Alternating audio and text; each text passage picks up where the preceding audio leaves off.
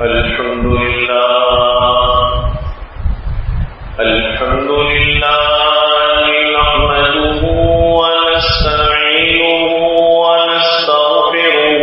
ونؤمن به ونتوكل عليه ونعوذ بالله من شرور أنفسنا ومن سيئات أعمالنا من يهده الله فلا مضل له ومن يضلله فلا هادي له لا مثل له ولا مثال له ونشهد أن لا إله إلا الله وحده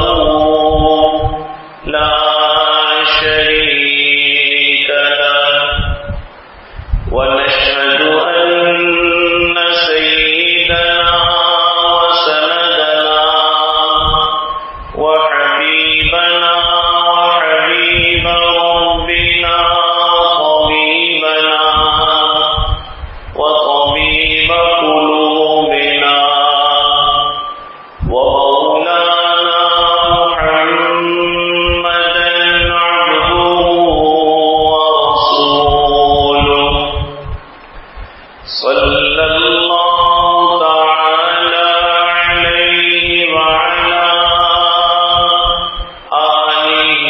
وأصحابه وبارك وسلم تسليما كثيرا كثيرا مولاي صل وسلم دائما أبدا على حبيبك من زالت به العصور أما بعد فأعوذ بالله من الشيطان الرجيم بسم الله الرحمن الرحيم وإذا سألك عبادي عني فإني قريب أجيب دعوة الداعي إذا دعان وقال رسول الله صلى الله عليه وسلم ليس شيء أكرم على الله من الدعاء صدق الله مولانا العظيم وصدق رسوله النبي الكريم ونحن على ذلك لمن الشاهدين والشاكرين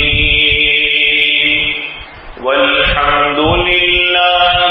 رب العالمين.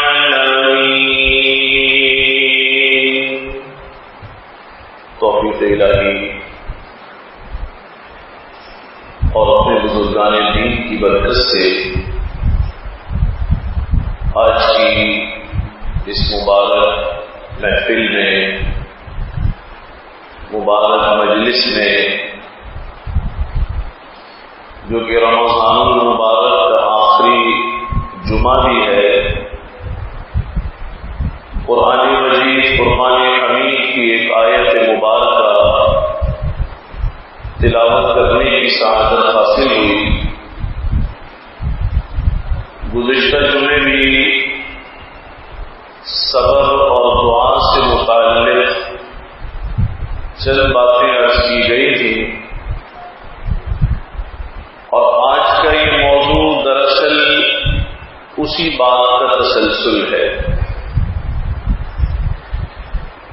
چنانچہ اللہ رب العزت حضور علیہ الصلوۃ والسلام کے توسط سے ایک پیغام مجھے اور آپ کو پہنچانا چاہتے ہیں۔ بسا اوقات ایسا ہو جایا کرتا ہے کہ انسان اپنی زندگی میں اپنے حالات سے مایوس ہو جاتا ہے، تفکرات اسے گھیر لیا کرتے ہیں، مشکلات اس کا پیچھا نہیں چھوڑتے، دل برداشتہ ہو جاتا ہے، مایوس ہو جاتا ہے، حالات اسے متاثر کر دیا کرتے ہیں۔ اور پھر اگر اللہ استقامت عطا فرمائے، اللہ رب العزت اسے بگاڑ سے اور زوال سے محفوظ فرمائے، تو یہ تو اللہ کی عنایت ہے۔ لیکن بعض مرتبہ انسان اتنا مایوس ہو جاتا ہے، اتنا مایوس ہو جاتا ہے کہ اسے مایوسی کے عالم میں ایک ہی راستہ نظر آتا ہے کہ یہ جسم و جان اب یہ ان مشکلات کو برداشت نہیں کر سکتا، میں کب تک اس بیماری کو جھیلتا رہوں، میں کب تک اس تکلیف کو برداشت کرتا رہوں، میں کب تک کاروبار کا خسارہ دیکھتا رہوں، کب تک بیماری کو جھیلتا رہوں۔ بالآخر شیطان اسے مایوس کر دیا کرتا ہے، اور جب شیطان مایوس کرتا ہے اب یہ اس خطرناک راستے پر چل پڑتا ہے، وہ اسے یہ سجھاتا ہے کہ ایک جان ہی تو ہے جس پر یہ سارے عذاب آ رہے ہیں، یہ ایک جان ہی تو ہے جس پر ساری مصیبتیں ٹوٹ رہی ہیں، لہذا اس جان کا قصہ ختم کر دینا چاہیے تاکہ اس مصیبت سے جان چھوٹ سکے۔ یہ شیطان اسے مایوسی کا راستہ دکھلاتا ہے، اور آپ حیران ہوں گے شریعت مطہرہ میں شراب پینے کو کفر نہیں کہا گیا، ایسے ہی زنا کو کفر نہیں کہا گیا، یہ بڑا گناہ ہے، گناہوں میں سے یہ بڑے درجے کے گناہ ہیں۔ اسی طرح سے ڈاکہ ڈالنے کو کفر نہیں کہا گیا، یہ کبیرہ گناہوں میں سے ایک گناہ ہے۔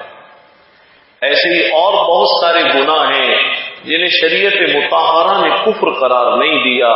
لیکن شیطان جب بندے کو مایوس کر دیا کرتا ہے، اب اسے زمین میں بھی اپنا کوئی حامی نظر نہیں آتا، آسمان میں بھی کوئی حامی نظر نہیں آتا، حالات سے متاثر ہو جاتا ہے، دل برداشتہ ہو جاتا ہے، دل چھوڑ بیٹھتا ہے، ہمت چھوڑ بیٹھتا ہے، یعنی مایوسی اپنے اوپر مسلط کر لیا کرتا ہے۔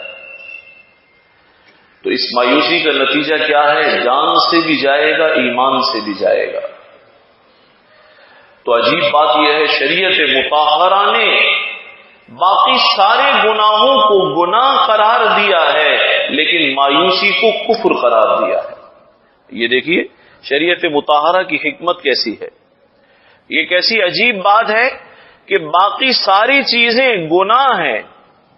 باقی ساری باتیں گناہ کے زمرے میں آتی ہیں، اور یہ واحد چیز ایسی ہے، یعنی ذات باری تعالی سے مایوس ہو جانا، یہ ایسی بات ہے اسے گناہ کے درجے سے نکال کر کفر کے درجے پر رکھا گیا ہے۔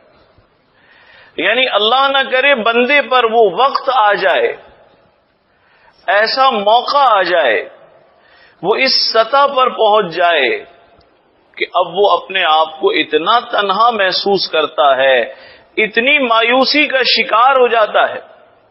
اس کی یہ حالت ہو جاتی ہے کہ اب وہ اتنے عظیم رب کا بندہ ہونے کے باوجود بھی یہ سمجھنے لگتا ہے نہ کوئی زمین میں مددگار ہے نہ آسمانوں میں مددگار ہے،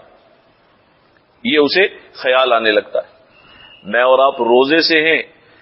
اور یہ گرمی کا موسم ہے، اور گرمی کے موسم میں روزہ رکھنا سردی کے روزے سے زیادہ فضیلت رکھتا ہے، اور اس عالم میں مسجد میں ہونا، اور پھر روزے کی شدت بھی، گرمی کی شدت بھی، تو آپ اندازہ لگا سکتے ہیں کہ اجر بھی اللہ کی شدت کا عطا فرمائیں گے. اس لیے کوئی پریشان ہونے کی ضرورت نہیں ہے. اطمینان سے اور استقامت سے بات سنیں. تو جب یہ اس سطح پر پہنچ جاتا ہے یہ سمجھنے لگتا ہے کہ اب کوئی مددگار نہیں ہے، حالانکہ اس کا رب ایسا ہے جس کے لیے کوئی کام دشوار نہیں ہے، کوئی چیز اس کے لیے دشوار نہیں ہے، کوئی معاملہ ایسا نہیں ہے، کوئی مشکل ایسی نہیں ہے، کوئی مسئلہ ایسا نہیں ہے جس کا حل ذات باری تعالی کے پاس نہ ہو. قرآن مجید میں اللہ رب العزت فرماتے ہیں کہ وہ رب ہے جس نے 7 دن میں آسمان اور زمین اور سمندر اور نہریں اور دریا، یہ ستارے، یہ سورج، یہ چاند، یہ سیارے، سبھی کچھ تو پیدا کر دیا اس نے. اور پھر نہ صرف یہ کہ پیدا کیا ہے، بلکہ اس سے بڑھ کر بات ہے، اس سے زیادہ عظیم الشان بات ہے. یہ دنیا مجھے اور آپ کو صرف اتنی نظر آتی ہے جتنی ہماری آنکھ کام کرتی ہے. ہم سمجھتے ہیں یہ چاند ہے ایک،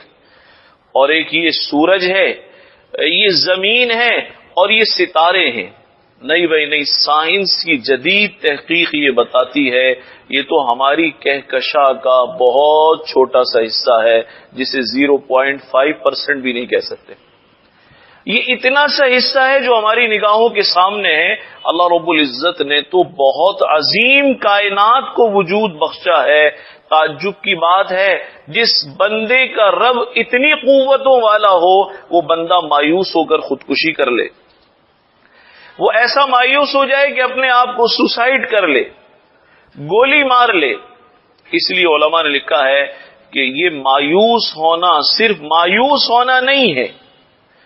یہ مایوس ہونا صرف دل برداشتہ ہونا نہیں ہے، یہ دراصل رب سے رشتہ ٹوٹنے کا دوسرا نام ہے. اس لیے اسے اللہ رب العزت نے کفر قرار دیا ہے. اللہ سے تو مایوس ہو گیا نا، یعنی اب اسے اپنے رب کا وجود نظر نہیں آتا. اب یہ سمجھتا سارے راستے بند ہیں، لہذا اپنی جان خلاصی کرانے کی صورت یہ ہے کہ بس کسی بھی طریقے سے اپنے آپ کو ہلاک کروں اور ہلاک کر کے اپنا پیچھا مصیبت سے چھڑا لو. ایسا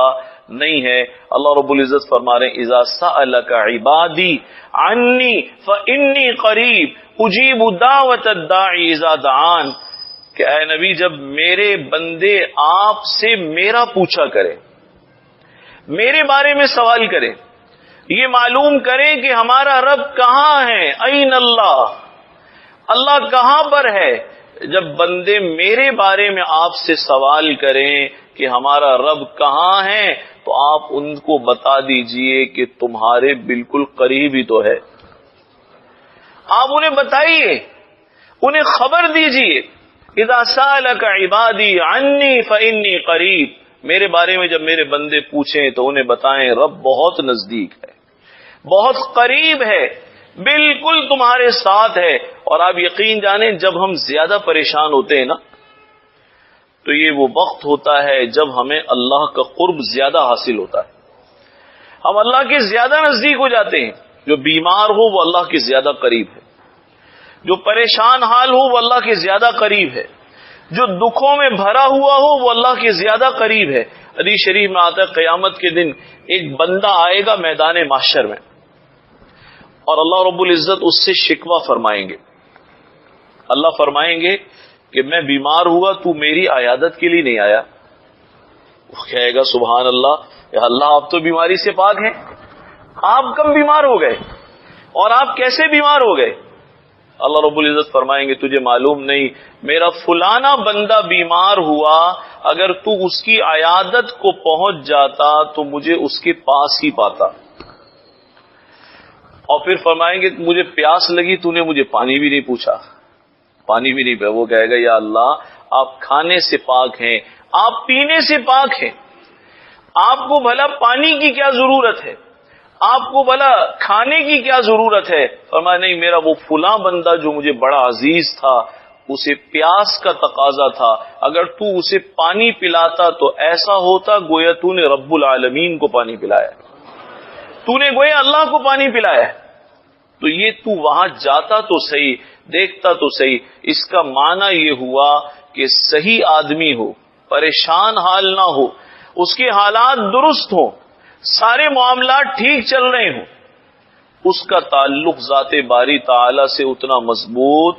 نہیں ہوتا جتنا اس پریشان حال آدمی کے اللہ زیادہ قریب ہوتے ہیں۔ تو اللہ فرما رہے ہیں ذرا میرا پتہ بتائیے انہیں، اور انہیں یہ خبر دیجئے کہ تمہارا رب تمہارے بہت زیادہ قریب ہے، تمہارا رب تم سے بہت زیادہ نزدیک ہے،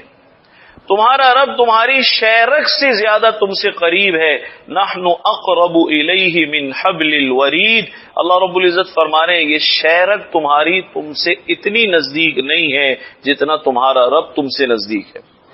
جتنا اللہ تم سے نزدیک ہے۔ اب بتائیے اگر اس کے بعد بھی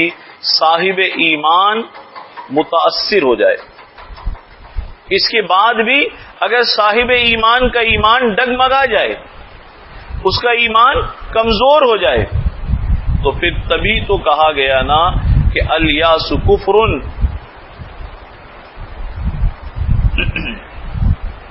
اسی لیے کہا گیا کہ یہ مایوس ہو جانا صرف مایوس ہو جانا نہیں ہے، یہ اتنی سی بات نہیں ہے، بلکہ یہ مایوس ہو جانا ذات باری تعالی سے ایسا ہے جیسے اپنے رب کا انکار کر بیٹھنا، اللہ کا انکار کر بیٹھنا، یہ انکار کرنے کے برابر ہے، مساوی ہے۔ اور بھائی پریشان وہ ہو جس کا کوئی رب نہ ہو، پریشان وہ ہو جو کسی رب پر ایمان نہ رکھتا ہو، پریشان ہو تو دہریہ پریشان ہو، پریشان ہو تو ملحد پریشان ہو، پریشان ہو تو لادین پریشان ہو، وہ پریشان ہو جس نے کبھی اللہ کو دیکھا نہ ہو، سجدہ نہ کیا ہو، جس کا اللہ پر ایمان نہ ہو، اس کی پریشانی تو سمجھ میں آتی ہے، اور جس کا اللہ پر ایمان ہو، ذات باری تعالی پر جس کا ایمان ہو، اگر وہ حالات سے مایوس ہو جائے، پریشان ہو جائے، علماء نے لکھا اس کے معنی یہ ہے کہ ایمان اس کا ضعف کے عالم میں ہے، کمزوری کی حالت میں اس کا ایمان ہے، اور اس ضعف اور کمزوری کا نتیجہ یہ ہے کہ اب یہ اپنے رب سے کٹ رہا ہے،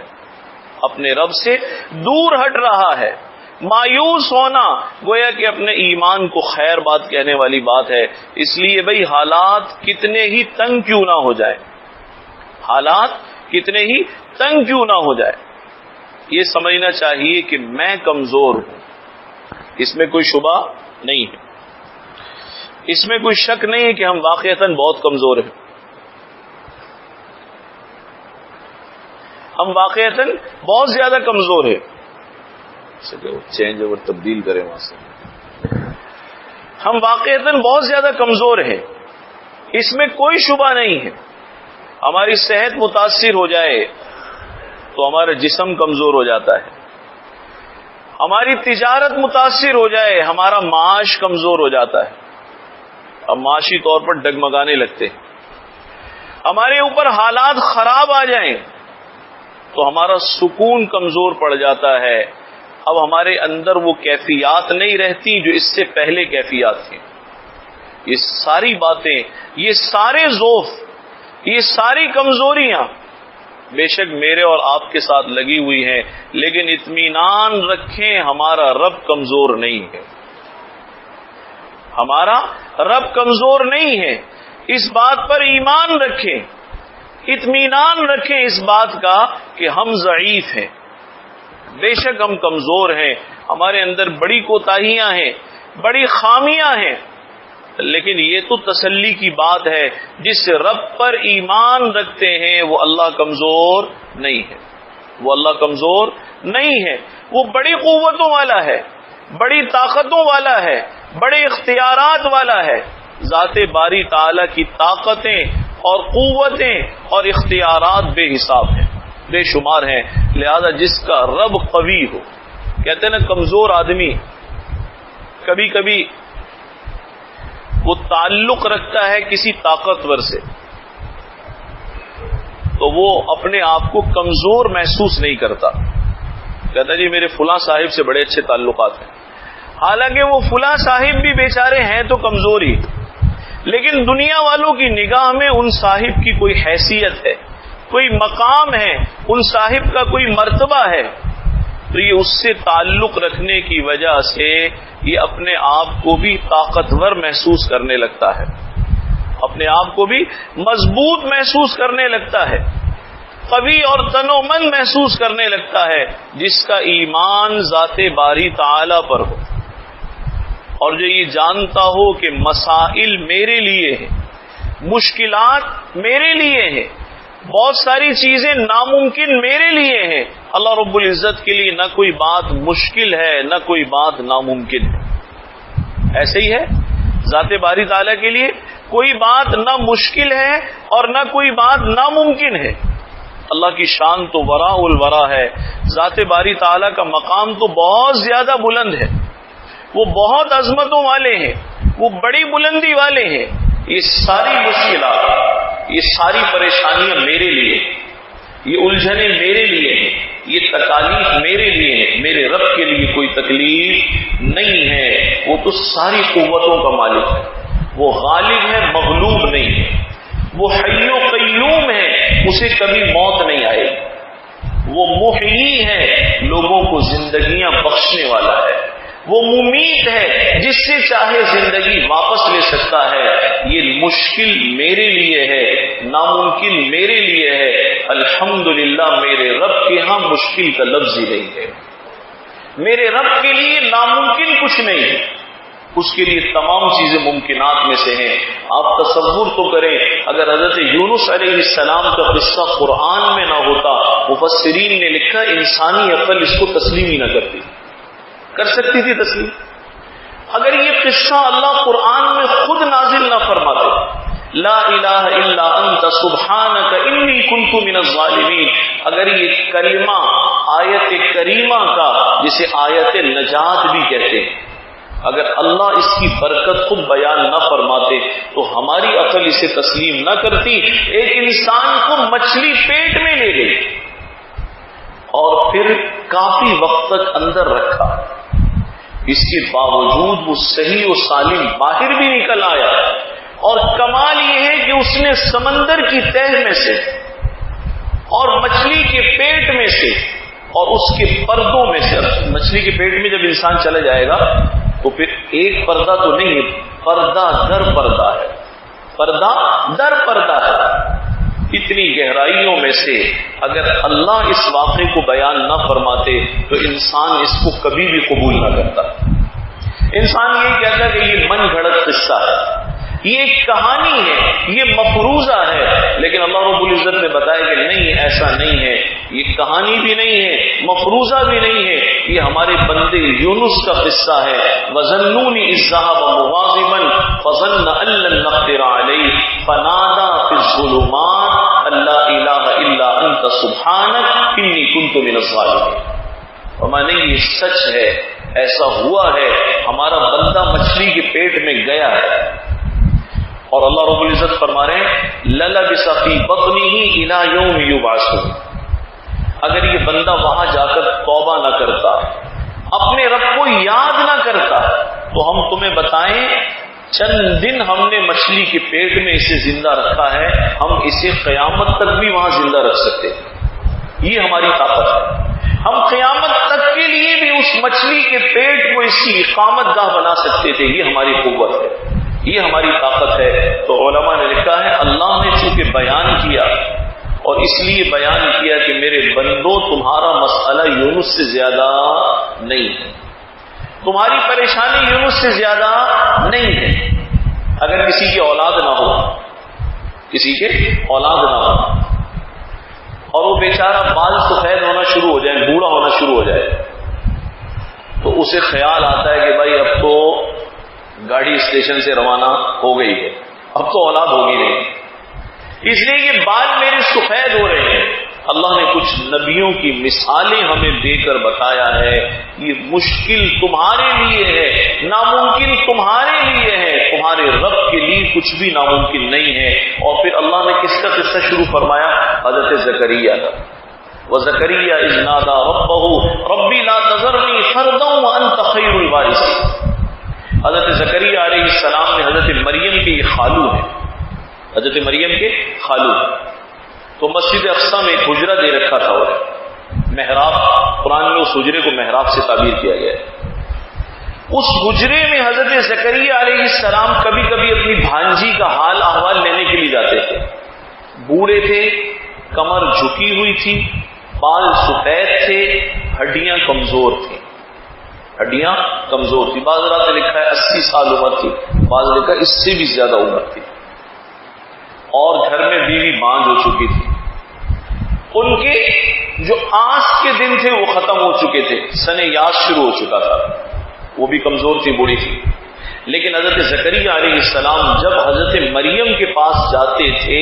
تو ایک چیز کا مشاہدہ کرتے تھے۔ اللہ نے قرآن میں اس مشاہدے کو ذکر فرمایا ہے، فرمایا کلما دخل علیہا زکریا المحراب وجد عندہا رزقا۔ جب زکریا محراب میں داخل ہوتے تھے تو دیکھتے تھے کہ گرمی کے موسم میں سردی کے تازہ پھل پڑے ہوئے،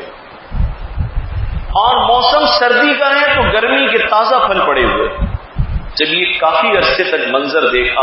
تو پوچھنے لگے حضرت مریم سے، یا مریم انا لکی ھذا، اے مریم یہ پھل کہاں سے آتے ہیں؟ بے موسم پھل تو پیدا نہیں ہوتا، ایسا تو ہو نہیں سکتا، یہ تمہیں کون پہنچاتا ہے، کہاں سے آتے ہیں؟ حضرت مریم چھوٹی تھی، کم عمر تھی، لیکن جواب انہوں نے بہت بڑا دیا، کہنے لگے ہوا من عند اللہ، یہ سب اللہ بھیج دیتا ہے، اللہ بھیج دیتا ہے۔ تو اللہ رب العزت فرما رہے ہیں کہ یہ زکریا جو اولاد سے مایوس ہو چکے تھے، یعنی یہ خیال تھا کہ اب میری عمر گزر گئی، اب اولاد ہونے والی نہیں ہے، یہ ذہن ان کا بن چکا تھا، یہ بات طے کر چکے تھے۔ فرمایا جب یہ دیکھا کہ میرا رب بے موسم پھل اسے دے رہا ہے، اس بچی کے حجرے میں پہنچا رہا ہے، تو کیا یہ ناممکن ہے کہ میرا رب اس بڑھاپے میں ایک بانجھ عورت کے بطن سے بچہ پیدا فرما دے؟ اللہ رب العزت فرما رہے ہنالک دعا زکریا ربہ قال ربی ہب لی من لدنک ذریۃ طیبہ۔ اب اللہ کے آگے ہاتھ اٹھائے، یا اللہ وہ میری بھول تھی کہ بڑھاپے میں بچہ نہیں ہوتا، یا اللہ وہ میری بھول تھی کہ عورت بانجھ ہو تو بچہ نہیں ہوتا، یا اللہ میں یہ سمجھتا تھا کہ موسم کا پھل موسم میں ملتا ہے، مجھے یہ خیال ہی نہ رہا کہ تیری قدرتیں ان چیزوں کی پابند نہیں۔ اللہ فرما رہے ہمارے بندے زکریا نے ہمیں پکارا،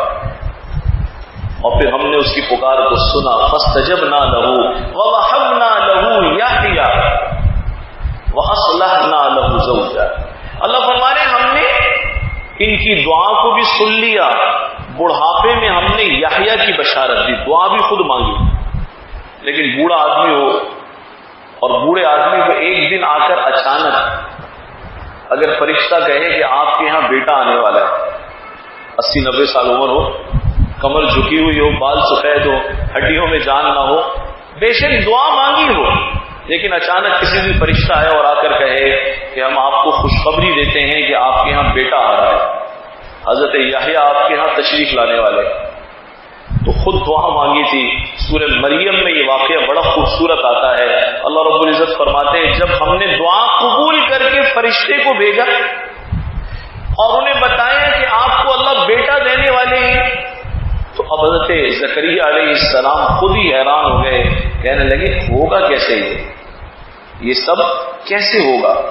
اس واسطے کہ میری حالت یہ ہے کہ میں انتہائی بوڑھا ہوں، وامرأتی عاقر، میری بیوی بانجھ ہے، یہ سب ہوگا کیسے؟ تو اس نے کہا قال كذلك قال ربك هو علي هين وقد خلقتك من قبل ولم تك شيئا۔ ارے تمہارے رب کے لیے زکریا مسئلہ کوئی نہیں،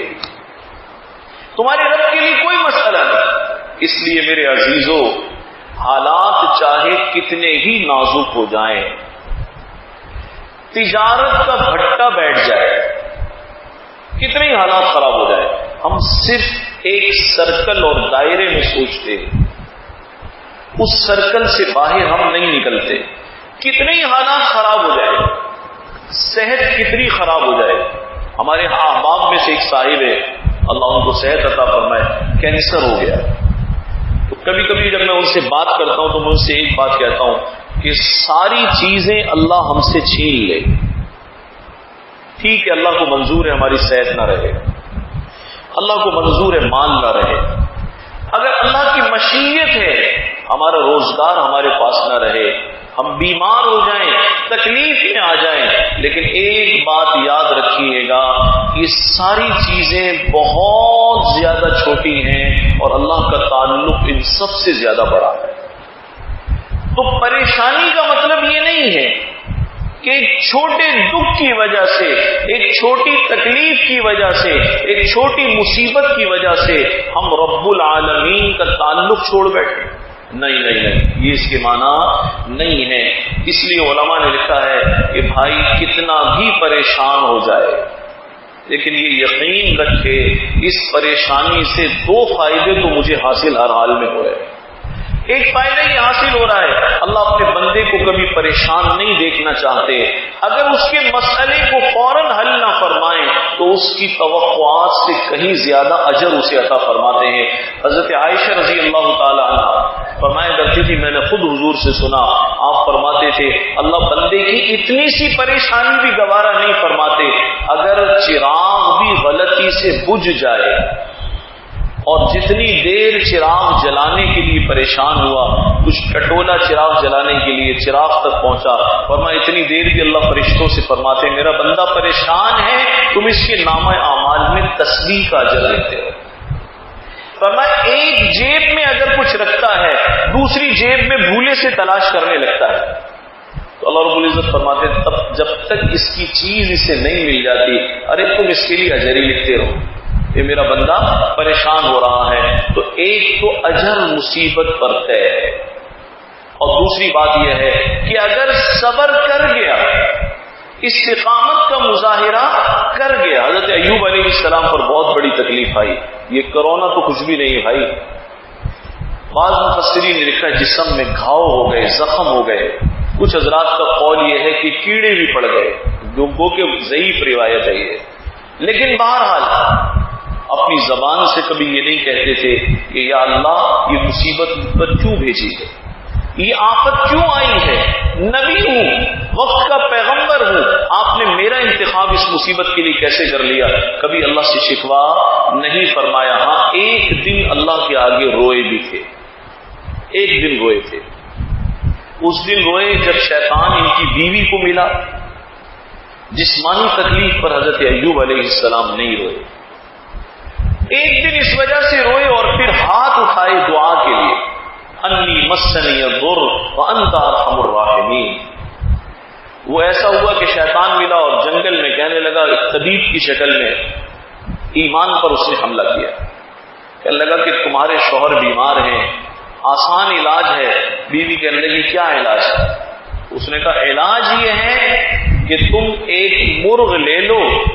اور اس پر میں اپنا نام بتا دیتا ہوں، میں فلاں نام کا طبیب ہوں، اس پر جب چھری پھیرو تو یہ کہنا اس طبیب کے نام پر ذبح کرتی ہوں، اس طبیب کے نام کی برکت سے میرے شوہر کو شفا ہو جائے۔ کہنے لگی ٹھیک ہے اتنا ہی کرنا ہے؟ کہا اتنا ہی کرنا ہے۔ اب وہ بڑی خوش گئی اپنے شوہر حضرت ایوب کے پاس، وہ بیچارے تکلیف سے کرا رہے ہیں لیکن اللہ سے شکوہ نہیں کرتے تھے، شکایت نہیں کرتے تھے، تکلیف بہت زیادہ تھی۔ حضرت ایوب سے کہا مجھے ایک طبیب ملا تھا، حاذق طبیب، اس نے ایک نسخہ دیا ہے اور انشاءاللہ ہمارے دکھ دور ہونے والے ہیں،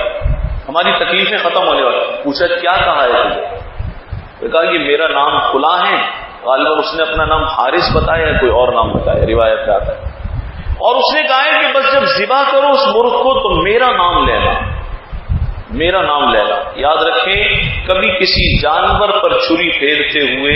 کسی نبی اور ولی کا نام بھی نہیں لیا جا سکتا، لیا جائے گا تو کس کا لیا جائے گا؟ اللہ کا نام لیا جائے گا صرف، ورنہ وہ حلال نہیں ہوگا۔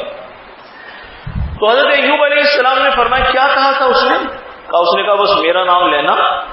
اور کہنا اس نام کی برکت سے میرے شوہر کو شفا ہو جائے۔ فرمانے لگے مجھے اٹھا کر بٹھا دے، آنکھوں سے آنسو جاری ہو گئے اور کہنے لگے یا اللہ پہلے میری جان پر حملہ تھا، میری صحت چلی گئی، باغات چلے گئے، بچے مر گئے، مویشی ہلاک ہو گئے، یہ ساری چیزیں ختم ہو گئی تھی، خود رہ گئے تھے اور بیوی رہ گئی تھی۔ کہ یا اللہ وہ سب ایوب کو گوارا تھا، اب تو میرے گھر والوں کے اور میرے ایمان پر حملہ ہو رہا ہے۔ انی مسنی الشیطان بنصب وعذاب، یا اللہ آج مجھے بڑی تکلیف پہنچی۔ تو خدا کے لیے اس دکھ کے زمانے میں معیشت کمزور ہے، کاروبار ٹھیک سے نہیں چلا، بہت سارے لوگ خط غربت سے نیچے آ گئے، پریشانی اور مصائب نے ہمیں گھیرا ہوا ہے۔ لیکن میرے عزیزوں، ان ساری چیزوں سے بڑھ کر تعلق اللہ کا ہے، پریشانی میں یہ تعلق ٹوٹنے نہ پائے۔ یہی استقامت ہے، یہی امتحان ہے ایمان کا، اور یہی صبر کا تقاضا ہے۔ انشاءاللہ ثم انشاءاللہ وہ جو 70 ماؤں سے زیادہ مہربان ہیں، آج اگر ہم بھنور میں ہیں، آج ہم تکلیف میں ہیں، لیکن ہم اس کا کلمہ نہیں چھوڑتے، اس سے رشتہ نہیں توڑتے، اس سے تعلق نہیں موڑتے، ہم اپنی جگہ کھڑے ہوئے ہیں۔ اللہ رب العزت کی جانب سے بشارت بھی ہے، ان مع العسر یسرا، ان مع العسر یسرا، یعنی جب بھی تنگی بھیجتا ہوں اور تم میری رضا پر راضی رہو تو ہر تنگی کے بعد پھر میں ایک نہیں دو خوشیاں تمہیں عطا کیا کرتا ہوں۔